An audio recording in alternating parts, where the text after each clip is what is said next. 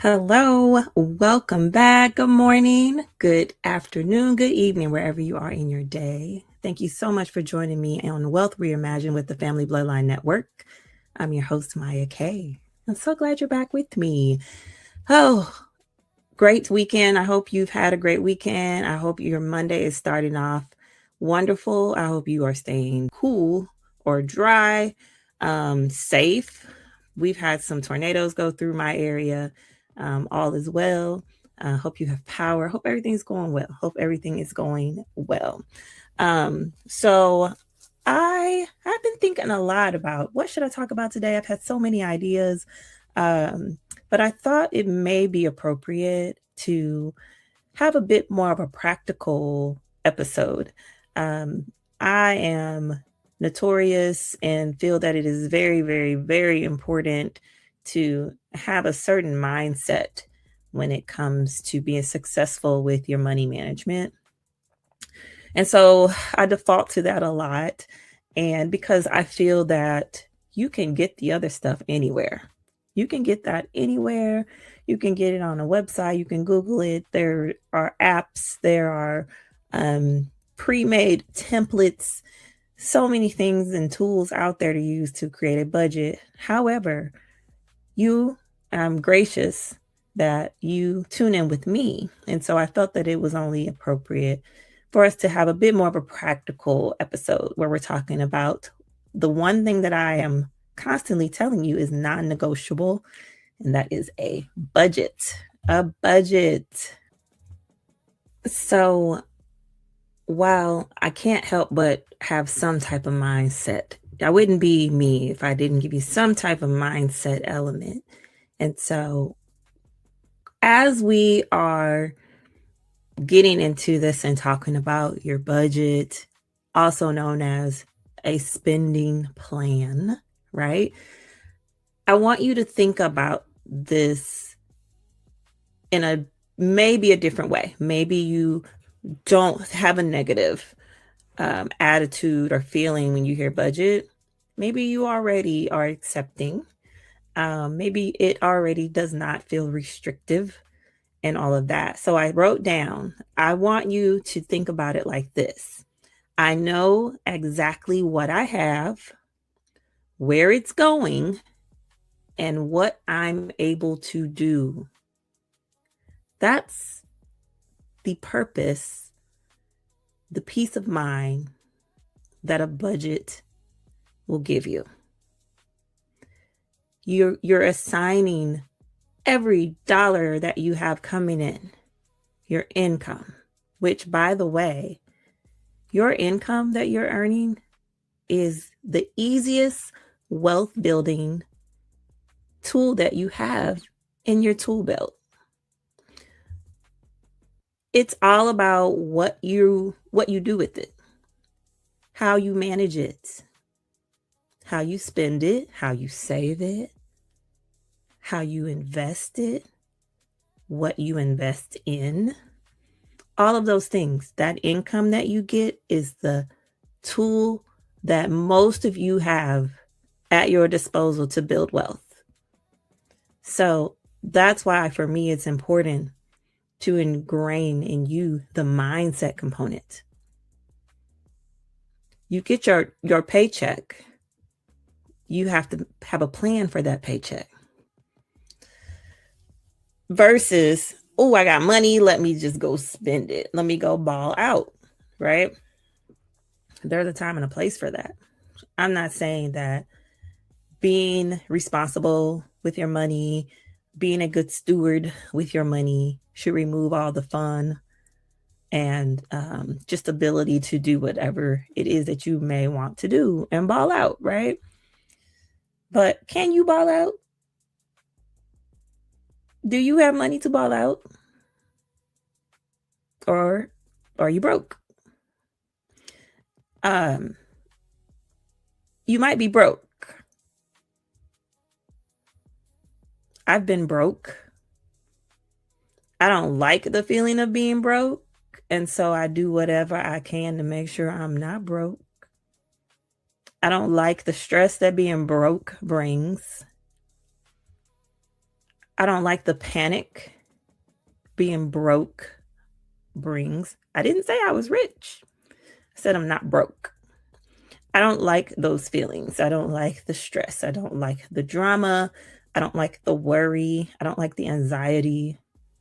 I don't like any of those feelings or emotions that being broke brings when I am fortunate enough to have an income. I'm fortunate enough to be bringing in money. And now it's up to me to do the very best that I can with it to build wealth. And that's what I want you to take away as well as you continue to be a part of this community and journey with me. We are on this journey together because it's not something that you necessarily master. As I say, I don't believe in cookie cutter advice. So it's important to me that you understand the mindset, you know, the basics, so that you can apply it specifically to your situation. Okay. So budgeting, that good old spending plan. There's many elements to it. And the first one is the income. Again, your biggest wealth building tool, your income. I think it is wise to do your budget more than one time for the month. So here's why. I think that we all have a general idea about how much we're going to get per month. So it is June 15th. I think it would be wise to already map out July before July gets here. We know July has a holiday in it. Depending on your family traditions, there might be a gathering. There might be extra groceries. There may be travel. There may be things that are going to happen in July that don't happen in June. And so it's good to go ahead and start thinking about that. Start thinking about those things. What's crazy is that it is almost going to be July. It's going to be here before we know it, right? And then next thing we know, school's going to be back if you have children. School's going to be back in session in August, right? So it's good to get ahead of these things before they hit you in the face. So, all right. When you do your monthly spending plan, this is your predicted. This is your budgeted numbers planned, what you predict. I'm probably going to bring in $4,000 for the month. This much goes to rent or mortgage. This much goes to my car note if you have one. This much goes to insurance. This much, and you write it all out, right? So first, I want to say that because I think you should do like a plan. It's estimates at this point, right? Because based off of whatever, we're going to stick with 4,000. Based off of this $4,000, that's $1,000 a week. Based off of that, you can kind of predict early if you have enough.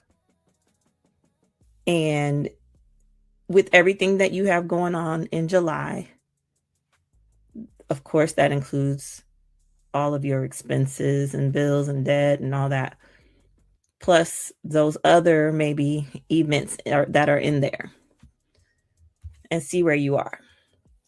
Then I also think you should budget however many times you are paid per month.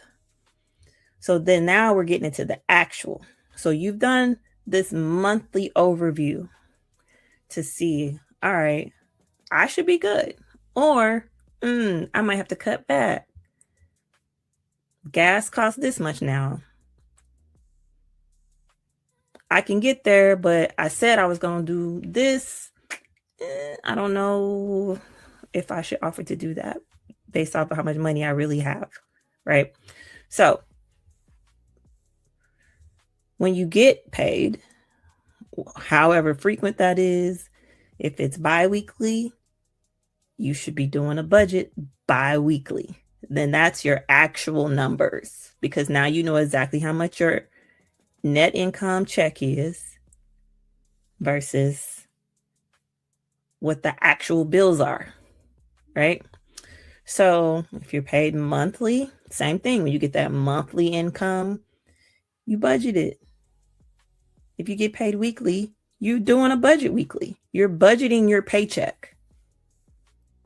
Every time you get a check, every time a paid invoice comes in, budget it. Give it, assign it a task. Assign those dollars a task. Okay. So income, that's element number one. Be sure you write down and you know about what your income is. Then the second element, I believe, is twofold, which will be your expenses. But I'm sure you have expenses that are fixed, and then you probably have expenses that vary. Same expense, just different amount. So those fixed expenses would be just, those fixed payments. Mortgage probably annually changes because of taxes and insurance. Your escrow will fluctuate and could change your mortgage payment. Your principal interest stays the same, but your taxes and insurance fluctuate. So for a good 12-month run, your mortgage should be the same. Your rent is the same until, again, whenever your lease is up and you renew, right? Car note, probably a fixed rate.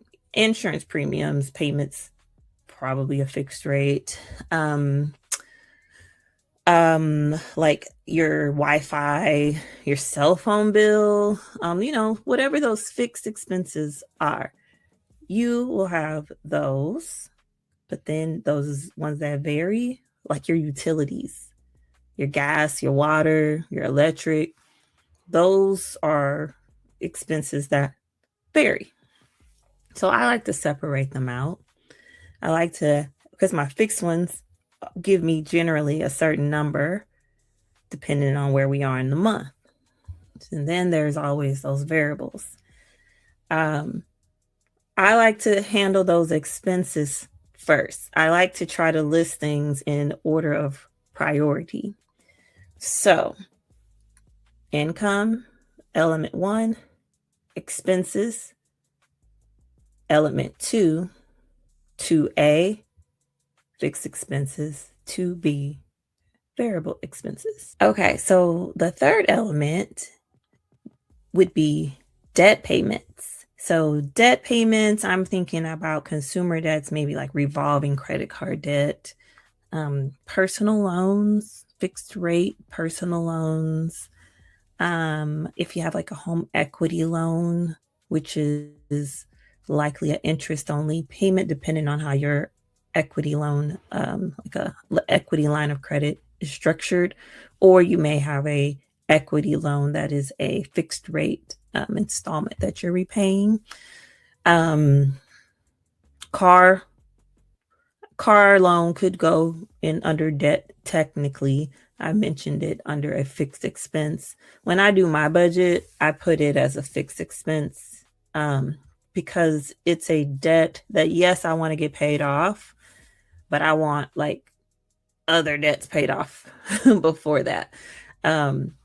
So like any credit cards, I make sure under a debt payment, student loans, yeah. So things like that. You list your debt payment. If it motivates you, list the balance. If it doesn't, don't. But if it motivates you to see that balance declining, then list it. Maybe you want to see where you are. If it's an outrageous balance that just makes you wonder what were you thinking when you took that out, then don't do that. We don't want anything to disrupt your motivation and your mindset there. So a fourth element of a budget would be, do you remember me talking about sinking funds? I'm going to say sinking funds have been life-changing for me. Sinking funds, remember, are funds that you are putting money aside to spend. They're sinking fund because it's gonna get spent, right? And for me personally, this was something that I did as a cash flow, a cash stuffing type approach. And I did it pretty deep when I first started it. Like, everything was getting cash stuffed. And it really did help me. And if it's something that you want to learn more about, I'm happy. I would actually love to share more about it if you think it would benefit you. But you can also do electronic envelopes. Depending on your bank, you may be able to open up, if it's like a credit union, you could do multiple share accounts. There's a bank, I'm not going to say their name, but they have it where I can set up buckets. So it's one account. I can see the balance in the entire account, but I can create categories for what they call it, buckets, and divide it up. So, there's different ways to do it, but the sinking funds purpose is for that. Like I said, with everything going on, and I had it, my daughter recently graduated high school, and I had all of these things that I knew and I was planning for, or when I was planning for an international trip, and I stuffed in that envelope with cash because I knew I got to buy tickets. I want to have spending money. I got to, and all those things. And so that was how I used it. Now, I don't really use it that much. I don't have a lot of sinking funds at the moment. I feel like that will change, though. That will be shifting here very soon as I take on a new endeavor. But right now, the only thing that I have for a sinking fund is my pest control payment. Because my pest control payment, it's a fixed expense, but it only comes up every 2 months. Sometimes those things come up every quarter. I'm surprised I don't have my trash as a sinking fund also, but I don't. I think because it happens to fall when I get extra money and I always can just pay it. But the pest control every 2 months, I don't like it disrupting my peace. And I have this like over $100 bill that feels unexpected. It's just that I didn't plan for it. Okay. So I know it's a every other month expense. And so I simply divide the total of that expense by how many paychecks I get before it's due. So it's generally 4 paychecks. So I take that amount and divide it by 4. And then every time I get my paycheck, I put that quarter of it into that sinking fund. So then when they come out and treat my home, I'm like, because I get texts. I know they're like, oh, we'll be out tomorrow, or we'll be out the end of the week or whatever. So I get a text. It's not like they ever just show up. And I don't mind going to deposit the money, or if you want to keep it all electronic, you would just transfer that money over when they come out so that they can charge you, right?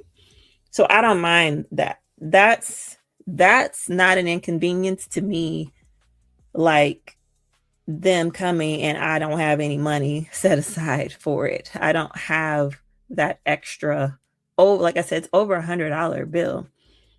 I don't got it because I got all these other things that I've planned for. So it's just a matter of planning. But that's a sinking fund, something that you know you're going to spend. It could be vacation. It could be school pictures. It could be grocery. Depending on the size of your family, if you have a big grocery bill. I'm trying to think what other sinking funds I had. I had sinking funds with my kids' names on them. Just because. Just because they always need something. I can remember funds I used to have. I used to have my beauty sinking fund. So anytime I would just stuff it for either like when I wanted to give beauty products are expensive, hair products and things like that. So I'm like, let me just put a little bit in here every time I get paid. So when I need something, I can go get it versus me sitting there scratching my head because I need to spend $50 on some styling products, right? So I would just put a little bit in there, put a little bit in there. I don't care if it's $1. I don't care if it's $5, $3, $20, whatever you can put in there, right? And sometimes it's based off priority. You know, I used to have a household sinking fund. The household sinking fund was just where I had money set aside for if I needed something for the house, like inside. Maybe I needed new pillow cover, I need to buy a blanket, light bulbs, or whatever. It was just for if I needed to go get something to take care of a matter inside the house. I remember having a sinking fund when I had to buy my lawnmower. Um, I used to have someone come cut my grass, and I said, while I appreciate this service, this is actually something I can do myself. I can handle cutting the grass. It's other parts of outdoor care that I'm not a fan of. And so the off season, when he was not servicing, I just kept putting that charge into the sinking fund. And I was like, by the time spring rolls around, I should be able to buy a lawnmower because I wanted a battery operated one. And so I'm like, I should be able to just get a lawnmower. Then I don't have to pay him this money every month or I think it was every 2 weeks I had him coming out because I didn't want to pay the weekly. And so anyway, hopefully that gives you a little example of what sinking funds are. So that's another element. And again, it helps you divide a larger expense into smaller pieces so that not so much of it is coming out of that paycheck at once, but you're still planning for that line item or that expense. Let's see, 1, 2, 3, 4, fifth element. The fifth element would be saving / investing. Okay. So the only reason that I'm listing saving last is because you may not have anything left to save. If you're just starting out and this is the beginning of you really setting an intention around your money and your money management and changing your mindset around wealth, you may not have anything to save. And so we want to fix that, right? We want to fix that. Maybe you have too much debt. Maybe you have too many expenses. What can you cut in those other categories? Or do you need to make more money? Do you need to ask for a raise? Do you need to look for a different job? Do you need to take on a second job? Do you need to get a little side hustle? Again, I can't give one size fits all because everybody's budget, household, life needs are different. But it comes down now where you got to analyze what you see. Okay. So I'm not saying that you should be okay with not having any money left to save. I'm saying that you need to figure out how to get something where you can. Okay. I think I've shared before, during when it's not summer, when school's not, when school is in session,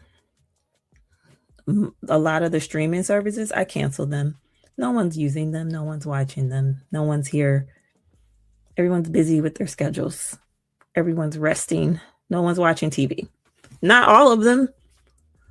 So I cancel those, and that cuts some outgoing money. Those little 10, 15, 6, when you have multiple of those, they add up every month. They seem small when you think about them individually, but add them all up.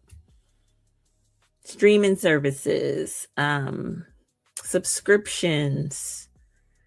Do you have some subscription to your favorite product that they automatically ship out to you every month?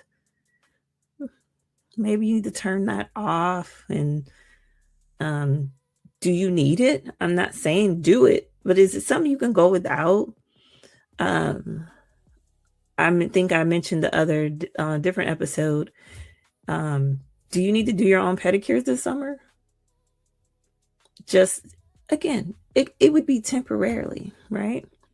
Or maybe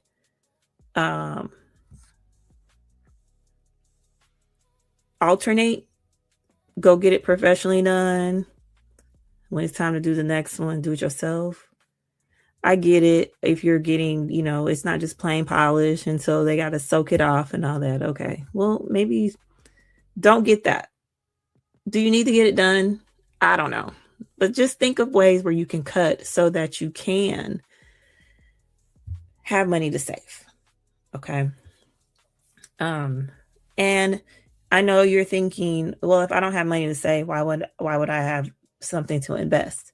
I want you to be able to see that it says investments there, because I want you to remember that that's where you're trying to get to. You're trying to get to a point where you are investing. To me, once you get into investing, you have graduated from my podcast. You have graduated. That means you have a total hold and handle on your household budget. That means to me that if you know how to manage household expenses, fixed, variable, saving, having sinking funds, generating income, then you could probably run a business. I fear that a lot of small business owners, they do not manage the business income well because they don't know how to manage a household. Treat your household like it's a business. It is. It's your entity. It's your entity. Treat it as such. If you were a business owner, wouldn't you want to know where all the money is? I would. If I'm the CEO, I need to know where every dollar is going. It shouldn't be any different with your house, okay? It should not be any different with your household. So those are the elements.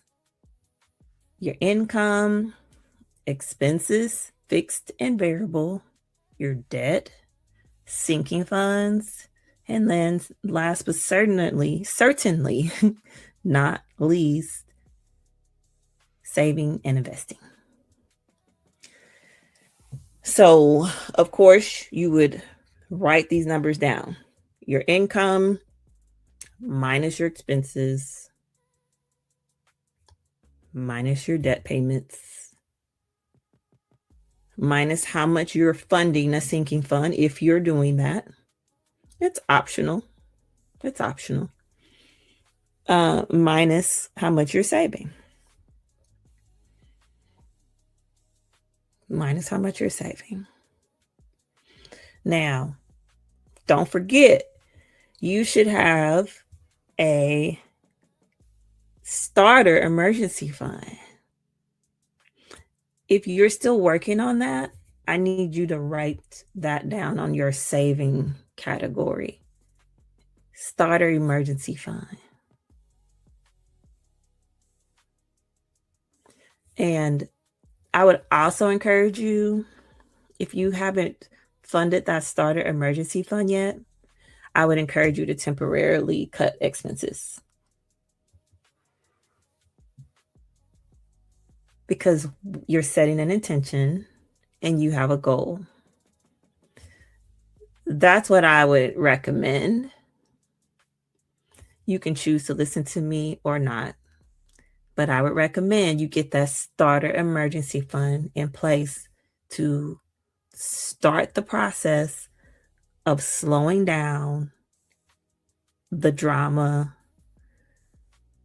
the surprise, the stress, the adding more to revolving debt.